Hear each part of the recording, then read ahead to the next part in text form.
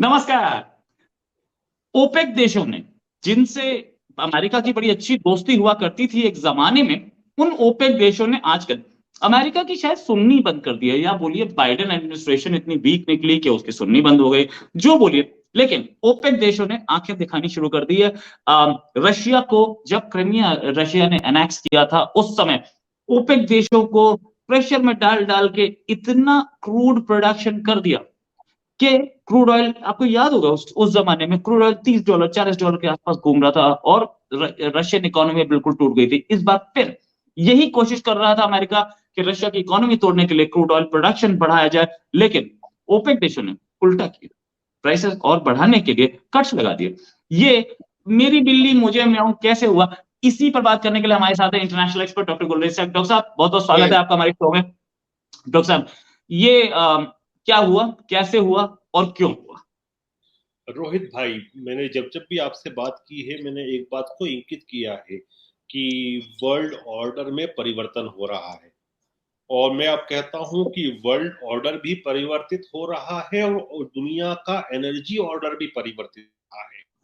और कहीं ना कहीं अमेरिका की कमजोरी साफ नजर आ रही है कि अब जो सैंक्शंस का इन्होंने एक, जिसको कहते हैं ना, ओवर किलिंग शुरू कर दी थी सैंक्शंस के रेजीम के कारण, डॉलर का मिसयूज करके, स्विफ्ट सिस्टम का मिसयूज करके, वो अब डर लोगों में खत्म हो रहा है, देशों में खत्म हो रहा है। और वो अब अमेरिका की कहीं ना कहीं नजरअंदाज कर रहे हैं अमेरिका की बातों को। आप ये देखिए कि जो बाइडन सऊदी अरब खुद गए, उन्होंने इलेक्शन में कहा था कि सऊदी अरब को आई विल मेक अ पराया, लेकिन वो जाते भी हैं, एमबीएस से भी मिलते हैं, किंग से भी मिलते हैं। जबकि उससे पहले, उनकी विजिट से पहले, जब वो पेट्रोल का प्रोडक्शन बढ़ाने की बात कर रहे थे, ऑयल की, उस समय एमबीजी और सऊदी के शेख, सऊदी के जो राजा हैं, वो दोनों उनका फोन तक नहीं उठा रहे थे। उसके उपरांत भी वो बेइज्जती करा के एक तरह से गए, अपने इलेक्शन वादे को तोड़ के गए। लेकिन फिर भी हासिल क्या आया कि ना यूएई ने उनकी बात सुनी, ना सऊदी अरब ने उनकी बात सुनी। वो कहीं ना कहीं एक तरह से आप देखें तो ओपेक प्लस ने उनको, केवल ओपेक ही नहीं है, ओपेक प्लस ने उनको नजरअंदाज किया। अब वो उस पर कह रहे हैं कि हम कानून लेके आते हैं, नो पैक हमारे यहाँ। नो पैक ये आज का विचार नहीं है, ये लगभग लगभग 2 दशक से चल रहा है कि जब भी ये ऑयल प्रोड्यूसिंग कंट्रीज को दबाना रहता है तो यूनाइटेड स्टेट्स हमेशा नो पैक की बात करता है कि हम आपके खिलाफ कानून लाएंगे, जिससे उनके यहाँ की अदालतों में इन देशों पे केस चल सके, उनकी अदालतों पर उनका जो सॉलिसिटर जनरल हैं, इन लोगों को ऊपर मुकदमे लगा सके, और इन देशों के ऊपर या इनके लोगों के ऊपर, इनके शासक वर्ग, इनके अधिकारी जनों के ऊपर, इनकी कंपनीज के ऊपर सैंक्शंस लग सके। तो ये खेल चल रहा है पिछले 2 दशकों से। और होता ये था कि जब भी नोपेक की बात आती थी पहले, तो सबसे ज्यादा उछल के जाता था सऊदी अरब की, आप मत कीजिए, हमको नुकसान हो जाएगा। लेकिन अब कुछ स्थिति मुझे अलग दिख रही है, दोनों, सऊदी अरब की भी और यूनाइटेड अरब एमिरेट्स की भी। पहले हमको ये समझना होगा कि ओपेक क्या है, ओपेक प्लस क्या है। यदि ओपेक को हम सीधे सीधे सामान्य भाषा में समझने की कोशिश करें, तो मिडिल ईस्ट की और कुछ दूसरी कंट्रीज भी, मिडिल ईस्ट के अलावा जो ऑयल प्रोड्यूसिंग कंट्रीज हैं, वो उनका जो समूह है, जो चीजों को डिसाइड करता है कि कितना ऑयल प्रोड्यूस करना है, जो प्राइसेस हैं उनको किस हिसाब से चलाना है, वो ओपेक कहलाती हैं। फिर उसके अंदर कुछ और देश जुड़ गए जो ओपेक के अंग नहीं थे, तो वो मिलाकर बनते हैं ओपेक प्लस, जिसमें रशिया भी आ जाता है, अजरबैजान आता है, ब्रुनई आता है, मेक्सिको आता है, ओमान आता है, Malaysia, Sudan, south Sudan, Kazakhstan. तो कुल मिला के लगभग लगभग ओपेक और ओपेक प्लस मिला लें आप तो 26 देश हैं ये, जिसमें मेजोरिटी जो है वो दुनिया का सबसे ज्यादा ऑयल प्रोड्यूस करने वाले देश यही हैं। यदि आप रशिया और सऊदी अरब को मिला लें, तो फिर आप ये देखिए, और वेनेजुएला और ईरान भी उसमें आता है। तो फिर तो आप ये देखिए कि दुनिया का अधिकांश तेल जो है वो इसी ओपेक प्लस ग्रुपिंग में है। प्लस आप ये सोचिए, अब यदि नोपेक की बात आती है, तो नोपेक बनता है तो कितनों के ऊपर सैंक्शन लगेगा? क्या 26 देशों के ऊपर सैंक्शन लगाए जाएंगे? और ऑलरेडी ओपेक और ओपेक प्लस में कई सारे देश ऐसे हैं जिनको अमेरिका ने सैंक्शन कर रखा है। उदाहरण देता हूं मैं आपको, रशिया, हेवीली सैंक्शनड है, ईरान हेवीली सैंक्शनड है, वेनेजुएला जो है वो हेवीली सैंक्शनड है, सीरिया सैंक्शनड है, लीबिया सैंक्शनड है। तो आपने ओपेक और ओपेक प्लस के देशों से कोई बहुत अच्छे संबंध वैसे भी नहीं रखे हैं, आपके संबंध थे गल्फ के देशों के साथ, लेकिन कहीं ना कहीं उनमें भी अब जो है वो दरारें साफ साफ प्रतीत हो रही है, साफ साफ नजर आ रही है। और ये देश भी अपने नेशनल इंटरेस्ट को आगे रखकर काम कर रहे हैं, क्योंकि उनको दूसरे विकल्प दिख रहे हैं जो अमेरिका से ज्यादा जिम्मेदार दिखते हैं। और इसका सबसे बड़ा जो उदाहरण इनको मिला वो बशर अल असद का मिला, कि बशर अल असद की सरकार को किस तरह से रशिया और व्लादिमीर पुतिन ने स्टेबल रखा और सरकार को बरकरार रखा। वरना अगर रशिया बीच में नहीं आता तो संभवतः सीरिया भी अफगानिस्तान बन गया होता। जो जो स्थिति अफगानिस्तान की है वो सीरिया की हो गई होती। और आज की स्थिति में देखिए तो अब सीरिया बहुत बड़ा पोर्शन नॉर्मलाइज हो चुका है उसका। तो ऐसी स्थिति परिस्थिति में अमेरिका से ये देश दूर भी जा रहे हैं, अमेरिका का प्रभाव भी कहीं ना कहीं कम हो रहा है। तो अब आप ये देखिए कि अमेरिका के अंदर जो चिंतन चल रहा है वो केवल इसी का नहीं चल रहा है कि नोपेक ले आए, क्योंकि नोपेक ले तो आएंगे। आज नोपेक को जो उनकी सीनेट की कमेटी है उसने उसको पास भी कर दिया अभी, लेकिन और वो जाएगा एक बार कांग्रेस में, तो कांग्रेस से भी पास हो जाएगा, सीनेट से भी निकल जाएगा, ये सब कुछ हो जाएगा। लेकिन फिर भी इतना ज्यादा आसान नहीं होगा रोहित साहब इसका इम्प्लीमेंट करना। क्यों आसान नहीं होगा? एक तो 26 देश इसके दायरे में आते हैं, और 26 देशों पर सैंक्शन लगाने का मतलब ये है कि आप उन 26 के 26 देशों को रशिया के साथ खड़ा कर देते हैं फिर। तो ये चीज अमेरिका भी नहीं चाहेगा। दूसरी चीज, यदि कोर्ट केसेस की ही बात हो तो फिर अमेरिका भी तो जिस प्रकार से ये जो देश हैं खाड़ी के और ओपेक प्लस के, ये ऑयल की कीमतों को अपने हिसाब से संतुलित कर रहे हैं, तो अमेरिका भी करता रहा है और अमेरिकन कंपनीज के फायदे के लिए करता रहा है। शेल की जो ड्रिलिंग होती थी वहां पर जो इन्होंने जो बाइडेन साहब ने खराब करी, देखिए डोनाल्ड ट्रंप के समय तो आप ये कहें कि आत्मनिर्भर अमेरिका था ऑयल के मामले में, यहां तक एक्सपोर्टर बन गया था सबसे बड़ा दुनिया का। लेकिन इन्होंने एनवायरमेंट के नाम पर शेल ड्रिलिंग खत्म करी, शेल ऑयल प्रोडक्शन खत्म किया। अब उसके परिणाम स्वरूप चीजें सामने आ रही हैं। तो जब आप उससे प्राइजेस से खेलते थे तो ठीक था, दूसरा खेलेगा तो आप उसको सैंक्शन करेंगे, आप उस पर कोर्ट केसेस लगाएंगे, तो ये उल्टा केस इनके ऊपर भी लग सकता है। एक बुद्धिजीवी वर्ग वहां का यह भी कह रहा है। लेकिन मुझे ऐसा लगता है आज कुछ नए डेवलपमेंट जो हुए उनको देखते हुए कि संभवतः इनके लिए नोपेक आसान चीज नहीं है, लोहे के चने होंगे।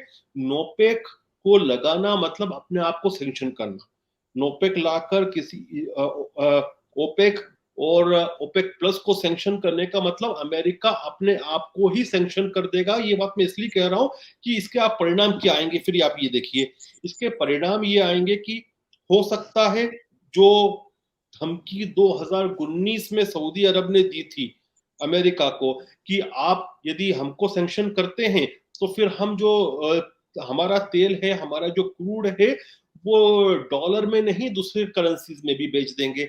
और इसके साइंस वो संकेत जो आने शुरू हो गए। कुछ दिनों पहले आपको याद होगा कि हमारे मंत्री जी गए थे सऊदी अरब, और सऊदी अरब के साथ जो उन्होंने बात की, उन्होंने रियाल रूपी ट्रेड की बात की एनर्जी के संबंध में। तो भारत के साथ सऊदी अरब चाहता है कि रुपए में ट्रेड करे।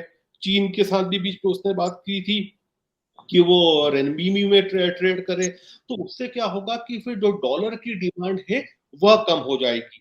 डॉलर की डिमांड दो कारणवश होती है।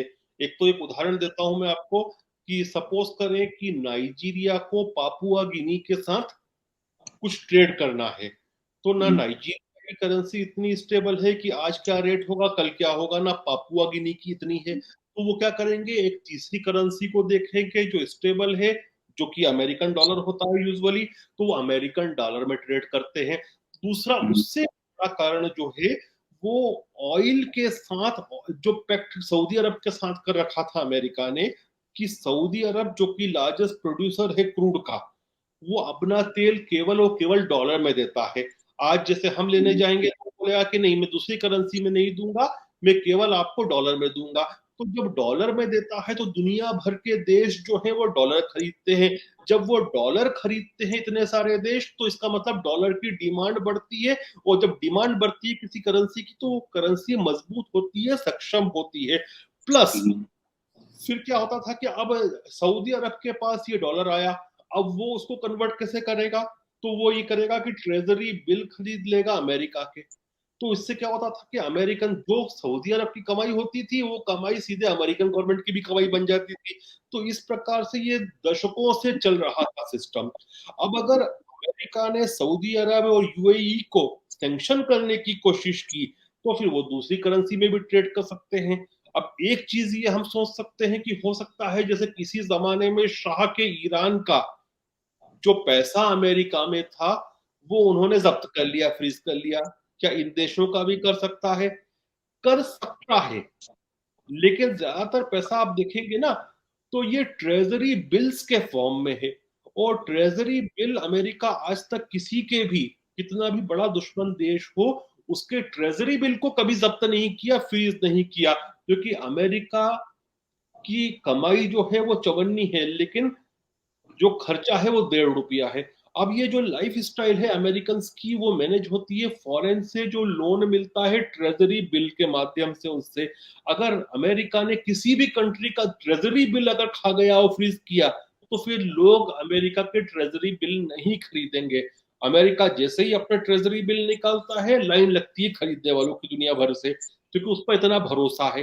दूसरा, अगर एक किसी का भी खाया, एक किसी का भी किया, तो फिर क्या होगा भाई साहब कि बेचने वालों की लाइन लग जाएगी, तो जब वहां पर उसके इकोनॉमिक एस्पेक्ट दूसरे होंगे। तो इसलिए ऐसा लगता है मुझे कि अगर ये मध्यावर्ती चुनावों को दृष्टिगत रखते हुए बाइडेन साहब और उनकी पार्टी यदि नोपेक लाती भी है तो इसका उपयोग नहीं करेगी, क्योंकि सैंक्शन करना ओपेक और ओपेक प्लस को, अपने आप को सैंक्शन करना और डॉलर की हेजेमनी को खत्म करने जैसा है। और इसका संकेत मुझे आज मिला है। आज क्या हुआ कि 3 डेमोक्रेटिक लॉ मेकर्स, एक है मिस्टर टॉम, दूसरी है सूसन वाइल्ड, और तीसरे हैं मिस्टर सियान। ये तीनों डेमोक्रेट पार्टी के हैं, अर्थात जो बाइडेन की पार्टी के हैं। इन्होंने ये कहा कि अमेरिका को चाहिए, जब ये सऊदी अरब और यूएई हमारी नहीं सुनते हैं, तो हमारी जितनी भी फौजें हैं और इक्विपमेंट है वो वहां से निकाल लें। ये जो एक डर दिखाना है, ये मुझे ऐसा लगता है कि आखिरी शस्त्र है। जब आप कुछ चला नहीं पा रहे हो, आप सैंक्शन लगा नहीं पा रहे हो, तो आप इन लास्ट ये दिखा रहे हो कि हम अपने ट्रूप्स को वापस कर लेंगे। अब आप ये भी समझिए कि इसमें भी थोड़ा अगर आप सोचेंगे ना तो बहुत लंबे समय से खेला हो रहा है एक तरह का। वो कैसा हो रहा है कि आप यूनाइटेड अरब एमिरेट्स को देखिए। यूएई ने लॉकहीड मार्टिन का F-35 की डील की थी। वो कब की थी? जब अब्राहम अकॉर्ड उसने साइन किया था, तो ट्रंप सरकार ने उसको एक गिफ्ट के स्वरूप में F-35 देने की बात की थी। लेकिन इन्होंने इतनी कंडीशन रखी कि यूएई ने उस डील को स्क्रैप कर दिया, और उसने राफेल उठा के खरीद लिया फ्रांस से। तो अब जो चीज वहां से खरीद रहे थे यूएसए से, उसका क्या हुआ? वो उन्होंने उठा के ली फ्रांस से। अब यूं ही आप दूसरी तरफ से देखें सऊदी अरब को, तो सऊदी अरब की जितना भी बैलिस्टिक मिसाइल प्रोग्राम है, आपको जान के आश्चर्य होगा कि वो चाइनीज प्रोग्राम है। तो अमेरिका के ऊपर जो इनकी निर्भरता थी एज अ डिफेंस प्रोवाइडर, उसमें भी कहीं ना कहीं काफी कमी आई है। और फिर आप ये देखिए, बोथ सऊदी अरब और यूनाइटेड अरब एमिरेट्स हिंदुस्तान के साथ जिस प्रकार के संबंध बना रहे हैं। मुकुंद नरावणे जी कुछ महीनों पहले आर्मी चीफ जब थे, तब वो सऊदी अरब जाते हैं और वहां पर संबोधित भी करते हैं। तो ये दिखाता है कि बहुत सारी चीजें चेंज हो रही हैं, वर्ल्ड ऑर्डर चेंज हो रहा है। और आप इसको इस तरह से भी देखिए कि हो सकता है कि हिंदुस्तान के लिए भी कुछ नई चीजें खुले, नए द्वार खुले, क्योंकि हम भी एक सिक्योरिटी प्रोवाइडर बन सकते हैं इन देशों को, क्योंकि इनसे हमारे ताल्लुकात बहुत अच्छे हैं और उनके हमसे बहुत अच्छे हैं। फिर अगर अमेरिका की आप एक मिनट में सोचिए कि चलो वहां से ट्रूप हटाने की भी धमकी देता है, वो क्यों चलेगी? वो नहीं चलेगी मेरे हिसाब से। इसलिए नहीं चलेगी क्योंकि इन देशों को डर किससे है? मैक्सिमम डर है ईरान से। इसराइल से इनकी बहुत अच्छी दोस्ती है, जितनी आपस में नहीं होगी संभवतः उससे ज्यादा अच्छी दोस्ती इनकी इसराइल से है, इसराइल और इन लोगों की। तो इनको डर यदि ईरान से है तो ईरान इन पर हमला करने से पहले हमला करेगा इसराइल पर। तो उस चीज में तो इसराइल को माना जाता है कि it is 51st state of United states of America, तो अमेरिका को फिर भी बीच में आना होगा। तो मुझे ऐसा लगता है कि अमेरिका यहां फंस जा चुका है और अपने कर्मों की वजह से फंसा है कि आप जो सैंक्शंस से ओवरकिल करने की कोशिश करते थे, वो एक कारण है कि सैंक्शंस के रेजीम से अब डर लोगों का हट गया है। दूसरा आप ये भी सोचिए, अब थोड़ा सा आप इन देशों का जो एक्सपोर्ट है क्रूड का, सबसे बड़ा देश है इनमें सऊदी अरब, ऑयल एक्सपोर्टर्स की। रशिया भी है ओपेक प्लस में, लेकिन रशिया का तो खैर बात ही नहीं उठती है। वेस्ट को उससे ऑयल कम करता जा रहा है, यूएस तो ऑलमोस्ट ले ही नहीं रहा है। अब आप सऊदी अरब की बात करें तो सऊदी अरब का 13% ऑयल जाता है यूएई को, यूएई उसको आगे भी फॉरवर्ड करता है, तो सबसे बड़ा इंपोर्टर है उसका यूएई। उसके बाद है 9.6% पे चीन, उसके बाद है 8% पे भारत, उसके बाद है 6.8% पर इजिप्ट, और अमेरिका केवल 4% खरीदता है उससे। तो इनको उससे भी भय नहीं है कि अमेरिका हमसे अब क्रूड नहीं खरीदेगा, केवल 4% ही सऊदी का शेष का अमेरिका को जाता है। और यदि आप यूएई का डाटा देखेंगे तो वो तो और खतरनाक है। यूएई क्या करता है भाई साहब, वो यूएई खुद तो अबू धाबी जो है वो तो ड्रिल करता है, वो बेचता है, वो दूसरों से भी खरीद कर बेचता है, जैसे हम आज के समय रशिया से खरीदते हैं और दूसरी कंट्रीज को, स्पेशली वेस्टर्न कंट्रीज को बेचते हैं। तो यूएई जितना अमेरिका को बेचता है उससे 10 गुना ज्यादा अमेरिका से ऑयल इंपोर्ट करता है। तो यूएई पे सैंक्शन करेंगे अगर, तो वो तो सैंक्शन अपने आप ही लग जाएगा अमेरिकन ऑयल कंपनीज के ऊपर। और अमेरिका का सबसे बड़ा शस्त्र क्रेता कौन है? वो सऊदी अरब है। तो फिर अगर सऊदी अरब दूसरी कंट्री से शस्त्र क्रय करना शुरू करेगा तो फिर अमेरिकन जो वॉर इंडस्ट्री उसका क्या होगा? तो ये सब गलती ऐसी है कि अमेरिका ऐसा लगता है इसमें जाके फंस गया है। अब फंस तो गए हैं तो उसका उन्होंने नया रास्ता निकाला, क्योंकि रास्ते खत्म कर दिए इन्होंने। इन्होंने ईरान के ऊपर सैंक्शन कर दिए तो ईरान तेल नहीं बेच सकता। इन्होंने लीबिया पे सैंक्शन लगा रखे हैं, इन्होंने सीरिया पे लगा रखे हैं, वो तेल नहीं बेच सकते। इन्होंने वेनेजुएला पे लगा रखा है। अब ये कोशिश कर रहे हैं कि वेनेजुएला से कुछ इनका डील हो जाए और वेनेजुएला को परमिशन ये मिले कि अमेरिकन अलाइज को बेच सकता है केवल। लेकिन वो भी मुझे नहीं लगता, इसलिए नहीं लगता कि हो पाएगा क्योंकि उसका एक कारण है कि इतने लंबे समय से वेनेजुएला पर सैंक्शन है। आज आप पैसा भी लगाएंगे, अमेरिकन कंपनीज को भी भेज देंगे तो कम से कम साल 1.5 साल लगेगा ऑयल निकालने में। ऑयल ऐसा नहीं है कि चुटकी बजाया, पैसा डाला और बोरिंग की मशीन लगा दी और निकल गया, पानी निकलता है जैसे बोरिंग में। साल 1.5 साल इंफ्रास्ट्रक्चर को बनाने में लगेगा। तो वो साल 1.5 साल में क्या होगा? विंटर्स सामने खड़ी है यूरोप की खासतौर से, तो वो एक समस्या है। फिर आप वेनेजुएला के प्रेसिडेंट को देखिए, निकोलस मदुरा। निकोलस मदुरो को आपने जिस तरह से डील किया वो तो वर्स्ट डील था। यहां तक कि आपने ये किया, अमेरिका ने ये किया कि निकोलस मदुरो का जो पॉलिटिकल राइवल थे उनको, अपोजिशन लीडर थे जो, उनको ही प्रेसिडेंट ऑफ वेनेजुएला माना और निकोलस मदुरो को माना कि ये तो इलिजिटिमेट प्रेसिडेंट है। जबकि देश निकोलस मदुरो को मान रहा था यूनाइटेड स्टेट्स ऑफ अमेरिका, उनके ऑपोजिशन लीडर को खिताब दे दिया कि प्रेसिडेंट ऑफ यूएसए हैं, प्रेसिडेंट ऑफ वेनेजुएला है।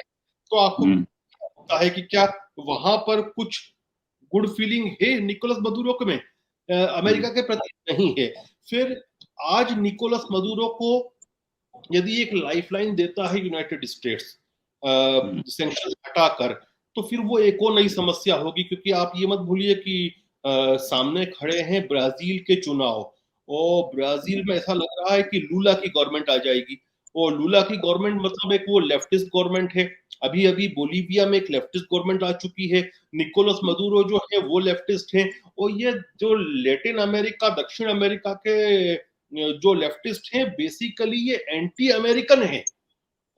तो एक पूरा कॉन्टिनेंट अगर ब्राजील हो जाता है लूला के आने से, तो पूरा के पूरा एक कॉन्टिनेंट एक तरह से लेफ्टिस्ट हो जाएगा, जो एंटी यूएस हो जाएगा। तो निकोलस मदुरो को भी, वेनेजुएला को एक और नई लाइफलाइन देना भी इनके लिए आसान नहीं है। फिर वही बात आती है ईरान की। मैं आपको बार बार कहता हूं कि ईरान पर सैंक्शंस मिड टर्म पोल्स से पहले नहीं हट पाएंगे। तो अभी ईरान से सैंक्शन हटा नहीं सकते। तो ऐसी स्थिति में फंस चुके हैं कि मैं इसलिए कह रहा हूं कि स्थिति जो बन रही है ना, ये एक वर्ल्ड ऑर्डर के साथ, रोहित जी, एक ऑयल ऑर्डर भी बन रहा है, जिसमें नेटो कंट्रीज का ऑयल नेटो कंट्रीज के लिए रहेगा और बाकी का दूसरों के लिए रहेगा। अब नेटो कंट्रीज में कौन कौन ऑयल प्रोड्यूसिंग, खुद अमेरिका है, कनाडा है और नॉर्वे है। ये जो 3 कंट्रीज का तेल होगा वो केवल नेटो में जाएगा, अमेरिकन अलाइज के पास जाएगा और बाकी दूसरों के पास जाएगा। तो दुनिया ऑयल में भी बढ़ चुकी है और ये अच्छी खबर नहीं है। ये जब दुनिया में इस प्रकार की खेमेबंदी होती है तो ये जंग के आसार होते हैं।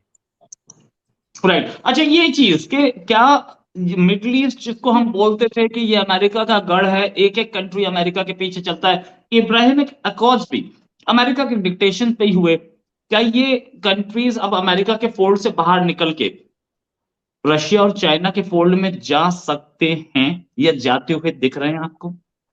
देखिए, आप ये सोचिए रोहित जी, आप अपने आप को एक राजा या राजकुमार की जगह पर रख लें 2 मिनट के लिए।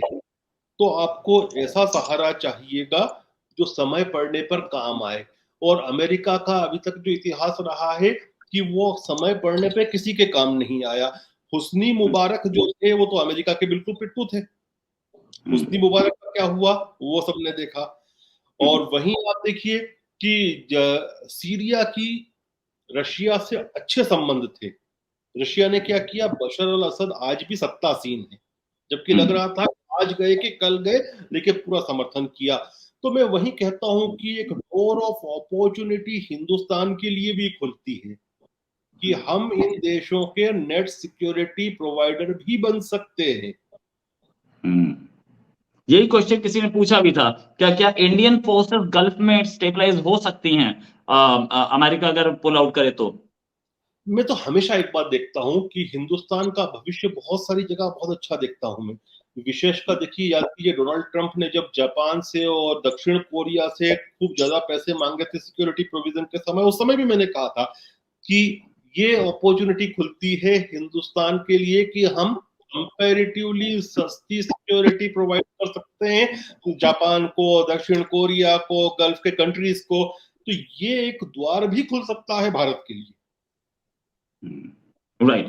अच्छा, तो इंडिया कितना कितना इस एरिया में अपना इन्फ्लुएंस रखता है या अच्छी दोस्ती रखता है इस गल्फ एरिया में, खासतौर से साउथ अरेबिया या यूएई या अदर कंट्रीज जो कि ऑयल प्रोड्यूसर्स हैं, या बहरीन बोले आप, ईरान बोले, इंडिया को कैसे परसीव किया जा रहा है और इंडिया कितना इन्फ्लुएंस रखता है? क्योंकि इंडिया का अच्छा खासा इन्फ्लुएंस है, 2 तरह से है।